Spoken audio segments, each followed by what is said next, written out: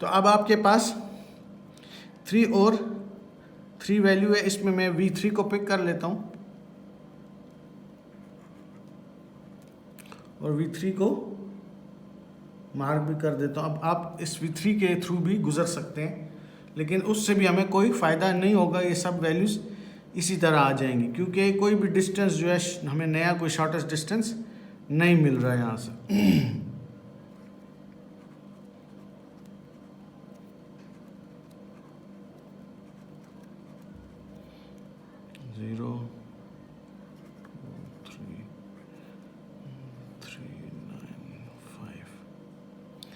ये मार्क हो गया, ये मार्क हो गया, ये हो गया, ये हो गया, 1 2 3 4 1 2 3 4, हाँ ये हो गए।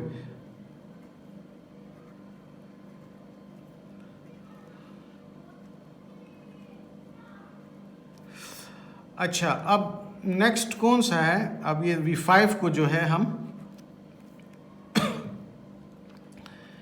V5 को नोन करते हैं,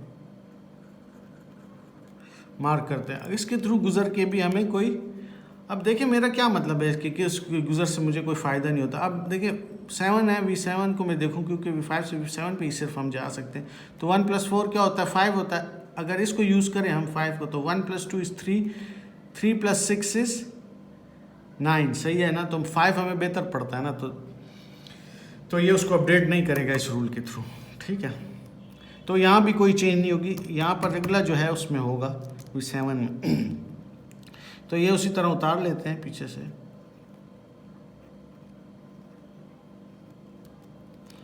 ये भी नोन हो गया 2 3 4 और V5। अच्छा, ज़रूरी नहीं है कि इसी सीक्वेंस में आप 1 2 3 4 5 नोन कराएंगे, किस्मत से होगा। देखिए दरमियान में हमने छोड़ा भी था V1 V4, तो ज़रूरी नहीं है, वो एल्गोरिथम पे डिपेंड करता है, और आपको जो मिनिमम वैल्यू मिलती है उसकी बेस पे करना है, 1 2 3 4 5 की बेस पे नहीं करना, ठीक है।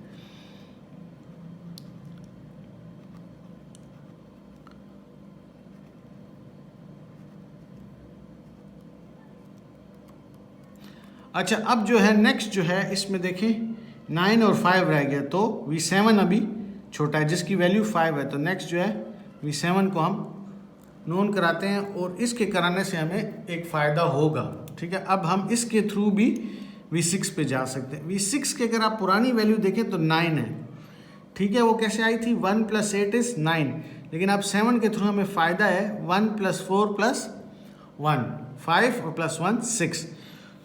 इसको हम कैसे लिखें? ये U होगा आपका, और ये क्या होगा आपका V, और उस पर फिर ये फार्मूला अप्लाई करेंगे पहले, और इसको कर लेते हैं। किसका फ़ायदा हो रहा है? V6 का, ठीक है। बाकी तो उसी तरह आएगा। तो कैसे फ़ायदा हो रहा है, ठीक है। U जो है आपके पास पहले, अच्छा ये आपके पास V6 जो है आपके पास V है, ठीक है, और उसकी वैल्यू क्या है आपके पास? 9, क्या है? 9 इज ग्रेटर देन, किसको चेक करना है हमने? D ऑफ V7 का क्या है? 5 प्लस जो डिस्टेंस है इन दोनों के दरमियान, ठीक है। वेट ऑफ, ये जो वेट है इसका U और V का, ठीक है, कितना है? 1। तो वही मैं बात की थी, 9 इज ग्रेटर देन 6, यस। यानी जो हमें जो नया डिस्टेंस मिला है, नया पाथ जो मिला है वो छोटा है पुराने वाले पाथ से, तो इसलिए इसको हम अपडेट कर लेंगे, ठीक है। तो यहाँ पर अब आपके पास क्या आ जाएगा?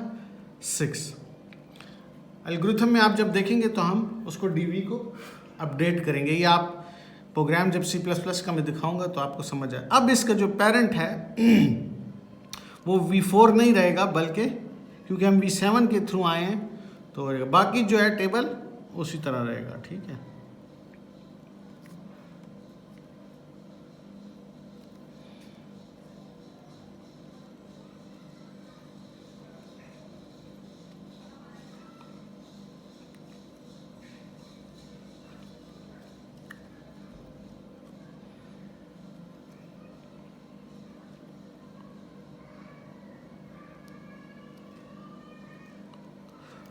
इसके बाद जो नेक्स्ट होगा बाकी तो सब नोन हो गए हैं आपके पास, ये और V7 भी नोन हो गया, सिर्फ V6 रह गया।